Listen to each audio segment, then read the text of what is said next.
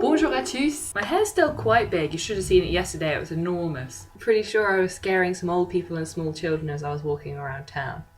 So it is Valentine's Day. Hope you're having a very good one. But then I always hope that you have a good day. So keep doing what you do best. I thought this would be a nice kind of time to look at the language of love. To start us off, Draguer-une-fille.net has a veritable cornucopia of different French chat-up lines. I think the art of the chat-up line's kind of dying out, which is a shame, because everyone these days just goes for either the bad comedian, hey, wait, from, the sign language interpreter, or the angry bear. Ugh! But let's see what this site has to offer. Okay. Ton père est un voleur parce qu'il a pris les plus belles étoiles pour les mettre dans tes yeux. Ton père fabrique des biscuits car tu es craquante.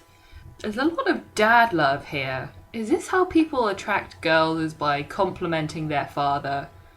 My dad works with computers, so I'm well programmed. On t'a déjà dit que t'es belle, on t'a menti. T'es sublime.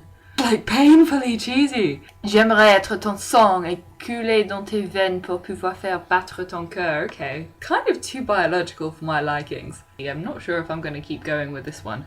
Avant toi, je pensais que le verbe aimer ne se conjuguait qu'à partir de tu. That's a linguistic chat-up line.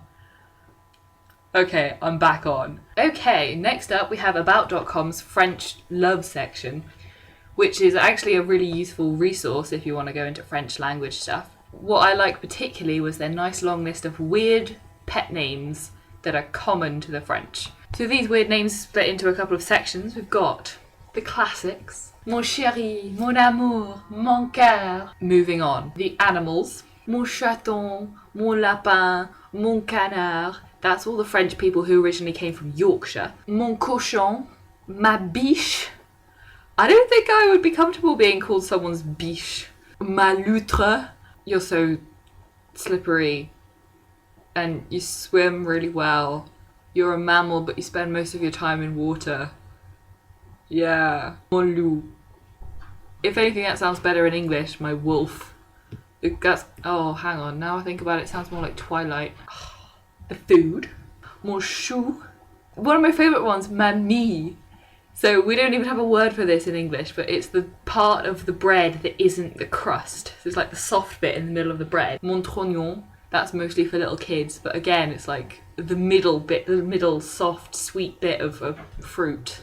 And the Mon Jesus, again to a little kid. My little one who died for our sins. Ma crotte, which is also found as a kind of goat's cheese, but it also means like animal droppings. I can kind of see people using a kind of cheese as a term of affection, but my little pile of dung. And there's a couple of kind of odd things that I wanted to tell you about.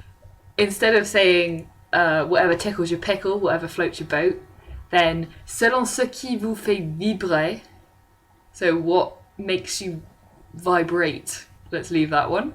Instead of your one true love, you talk about your grand amour, which I think is a more practical way of looking at things, because you can have your grand amour. You can also have your petit amour, moyen amour.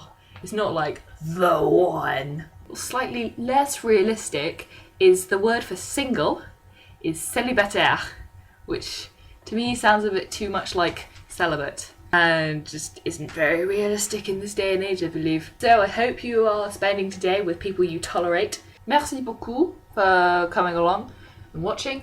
Hope you've been sharing the love all day. Oh, I have to drink something. Oh no. Santé! No.